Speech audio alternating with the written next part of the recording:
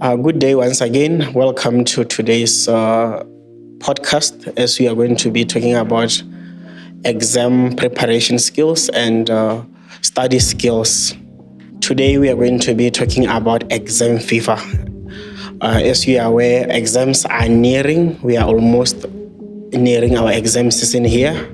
So let's talk about exam fever.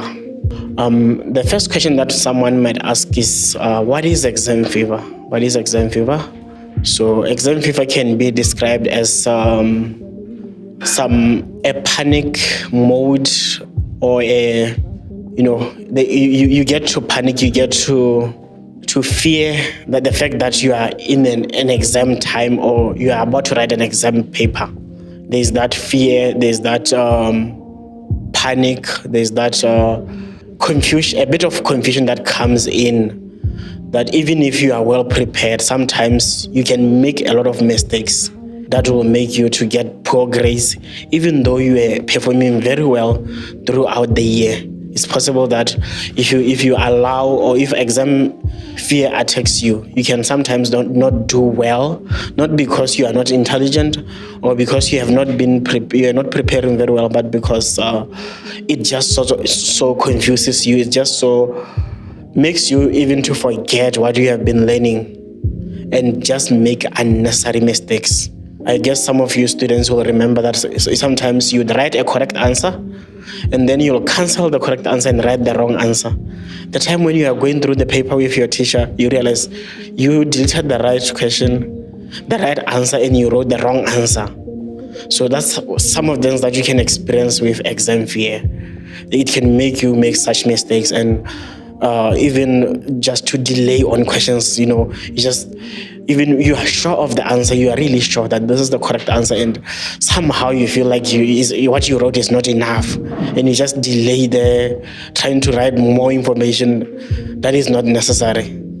So it happens that sometimes when you have exam fear, you can make unnecessary mistakes that will cost you marks in the exam.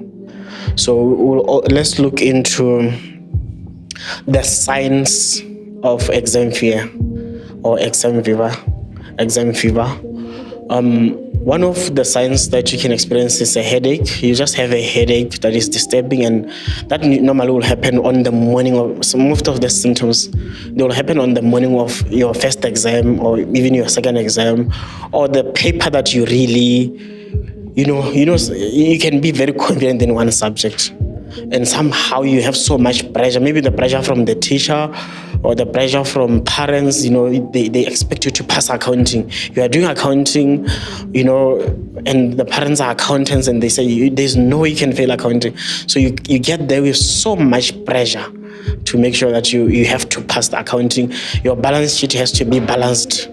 You come with that pressure that my balance sheet should balance, and sometimes you're just going to make unnecessary mistakes that will cost you the marks, even though you really understand the subject.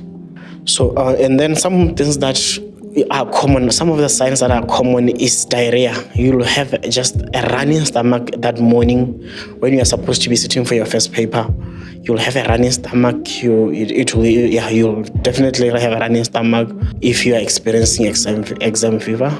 Or you could be nauseous, you could be feeling like you could vomit. You feel nauseous, or you just have difficulty in breathing or shortness of breath. And then worst case that you can even faint, just when the paper is put in front of you, you collapse and faint.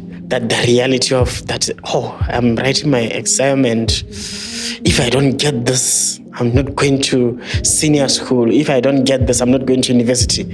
That thing can just cause you to collapse and faint. Just the reality coming into your mind that this thing is deciding my future. This exam is deciding my future. So those are some of the signs that can show that someone has exam fever. The most common one is the diarrhea one. Just observe yourself the morning before an exam. If you experience some diarrhea, you should know this is exam fever, and you try to be as calm as possible. Drink some water. Don't drink too much of it. Just try to be cool. Don't eat anything on that day or that morning. Don't eat anything, because you will make the diarrhea to be continuous, the running stomach to be continuous. So if you starve yourself, it will stop. How to handle exam fever? How do you handle it? How do you handle exam fever? Number one, you can avoid last minute study. I have always cautioned students against this. Studying the night before an exam is not recommended. You can study the night before, but let it be to a certain time. Let's say up to 10, up to 8 p.m., up to 10 p.m. Then you stop and you rest, you sleep. If you want to study overnight, you study until morning. It's not going to work for you. You are going to panic. You're going to confuse yourself. Even what you have already know, you might even confuse yourself that when you get to the exam, you just don't know what to write. But you know the answer.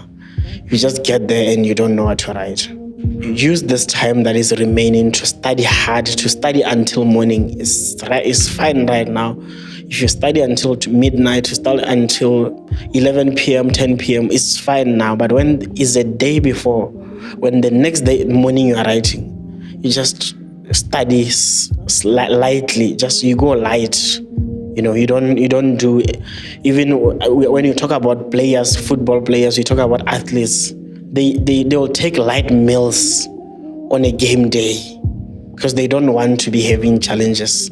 So even with you as a student, you study lightly. You just go through so you just say what is it that I'm not sure of. You just go through those topics that you think you are not sure of. You are not mastering them yet. You don't have to be going through the topics that you really master.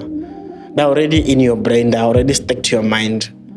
So you just go through what you are not sure of. Like, I am struggling with this 1, 2, 3 topics. And then you find someone to help you, explain to you those 1, 2, 3 topics, and then you are good.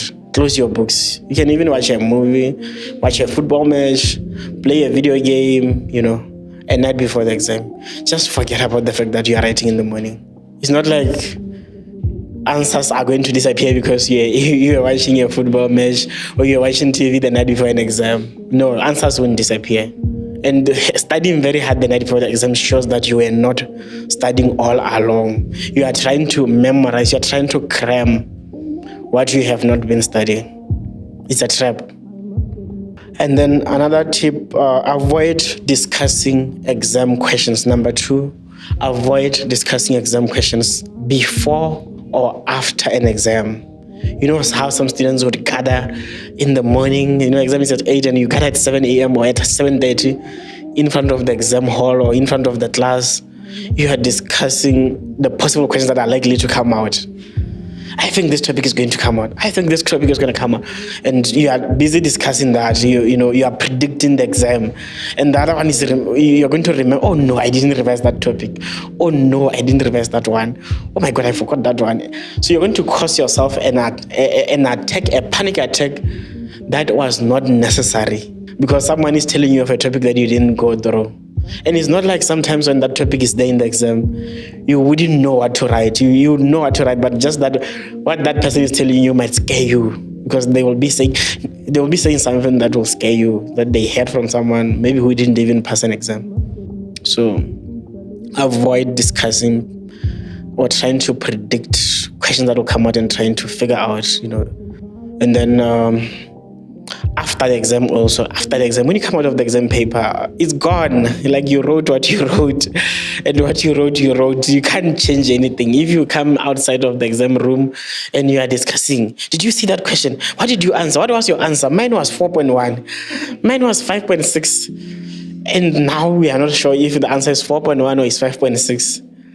Now, because that student used to get A in maths, you think he's right because they said 4.1 and yours is 5.6. So you start having a problem. You lose your confidence for the next exam paper. So you should avoid that. Just accept that you wrote, and there's nothing that you can change anymore. You can't go and you can't be an arm robber and go and and hijack the track that will be carrying the exam paper. You hijack it, you get your script, you correct your mistakes, then you put it back, and the track goes back to Botswana Examination Council.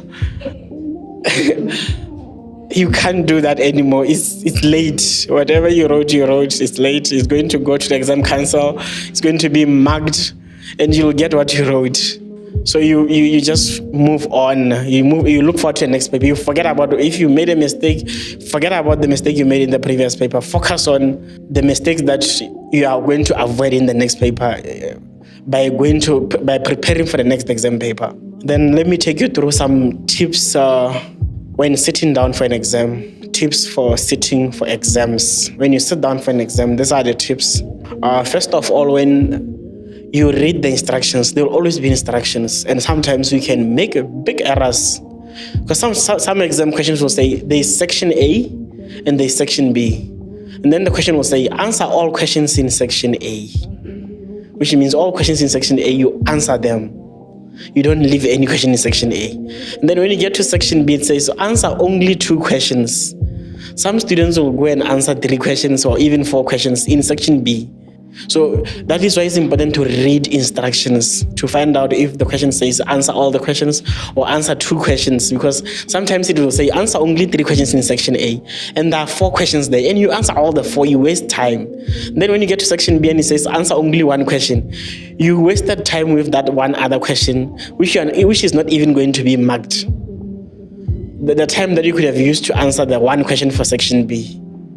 So it's important for you to take that minute when the examiner is still going around and they haven't said start writing. Read instructions and understand what is it that the exam expects you to do. Then also use that time to write your name. Write your name. Before they say start writing, they can allow you to write your name. Wait for them to say, now you can write your name. You write your name. You don't want to be wasting 1 minute writing your name. So that 1 minute, you could use it in the time before they say start writing. And then you mark questions. As you browse through the paper, you mark questions that the questions that you are familiar with, that you know you master, that you are good on, the topics that you are good on. You mark them as you browse through the paper. You browse through the paper and mark those questions with a pencil, that you know I'm going to be answering this and this one and this one. I'm sure of the answer. And then you start with the easiest questions. I've already disclaimed, it's not that they're easy. They're not easy. They're easy to you because you have revised them very well. You start with those ones. Then monitor your time per question. If you are spending 3 minutes in a question and you can't figure out how to solve it, move on to the next question. Don't sit there and try to figure it out and waste more time. Then lastly, when you finish answering all the questions, go through your answers and read the questions and read the answers. You read the question, you read the answer, and see if your answers make sense. See if the English that you wrote makes sense. Sometimes the problem will be the way you have structured your sentence. Maybe you might have omitted one keyword that you just thought of in your mind. In your mind, the sentence is correct, but what you wrote down, you omitted one word, and the sentence doesn't make sense. So go through your answers and check if you wrote everything, if it makes sense. If you are answering a structured question, even multiple choice, you just go through your answers and see if the answer that you selected, if it's correct. You go through them. In that way, you are going to increase your chances of succeeding in that exam. That was it for today. Thank you for joining us. See you again in the next podcast.